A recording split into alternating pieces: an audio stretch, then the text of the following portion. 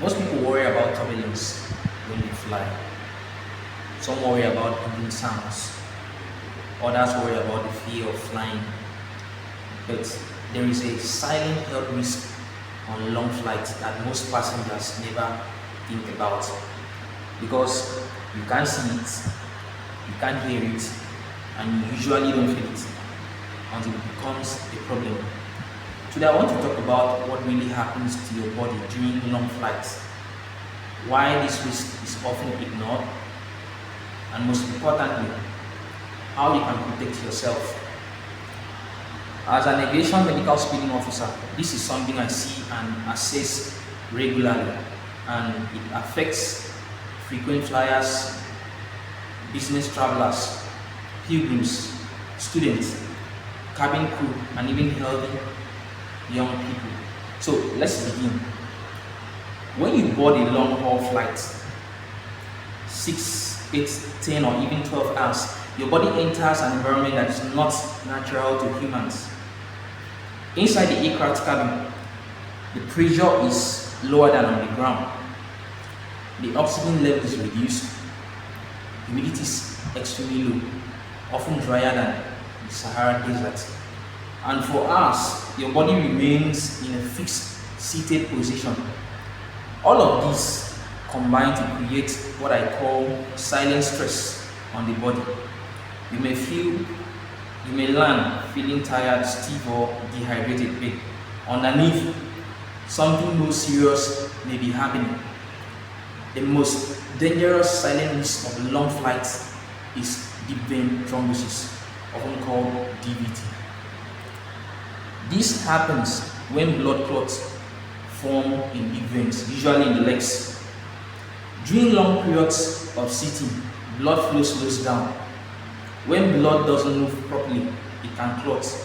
And if that clot travels to the lungs, it becomes a pulmonary embolism, which can be life-threatening. The frightening part, DVT can develop without pain, without swelling, and without warning.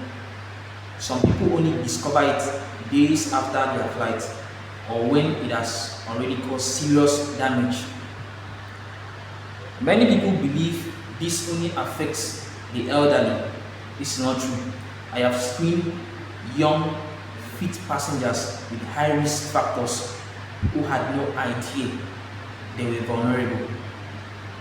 You may be at risk if you sit for long hours without movement, you are dehydrated, you are overweight, you smoke, you use hormonal medications, including some contraceptives, you are pregnant or recently gave birth, you recently had surgery, you fly frequently.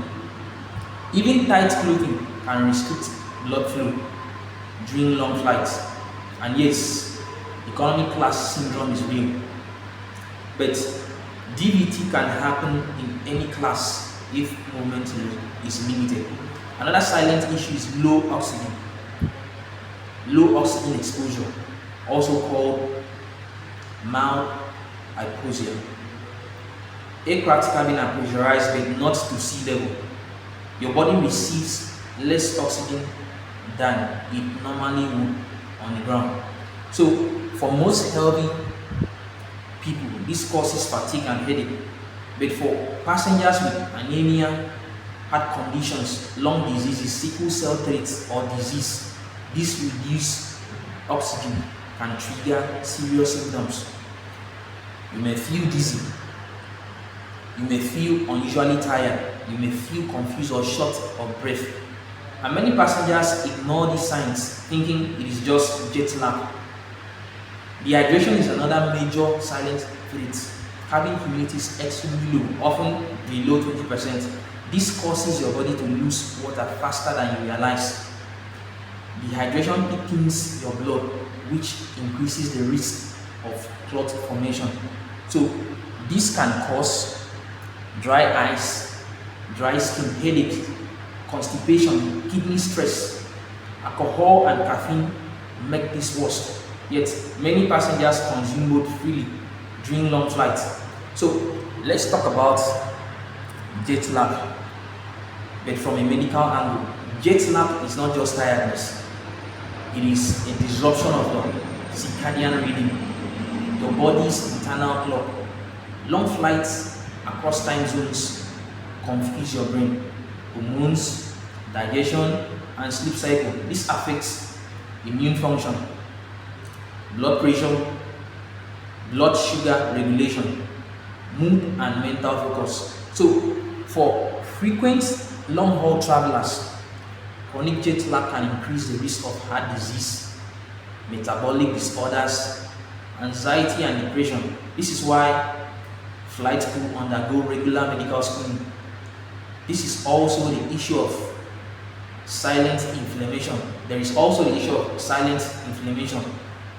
Long periods of immobility cause muscle stiffness, joint inflammation, nerve compression, and this can worsen back pain, sciatica, and neck problems. So, for people with existing conditions, long flights can trigger flare-ups that appear days later. So, passengers often blame hotel beds or stress, but the flight was a trigger. Now, here's the most important part. How do you protect yourself? Because the good news is most of these risks are preventable. First, move your body. Every 30 to 60 minutes, flex your ankles, rotate your feet, stretch your legs, stand up and walk when allowed. Even small movements keep blood flowing. Second, hydrate properly. Drink water regularly, even if you don't feel thirsty.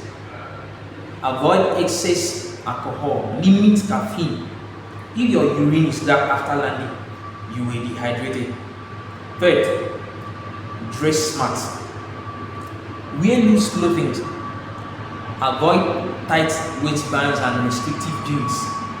Compression socks are highly recommended for long flights, especially for frequent travelers. Fourth, choose your seat wisely. If you can, choose an aisle seat.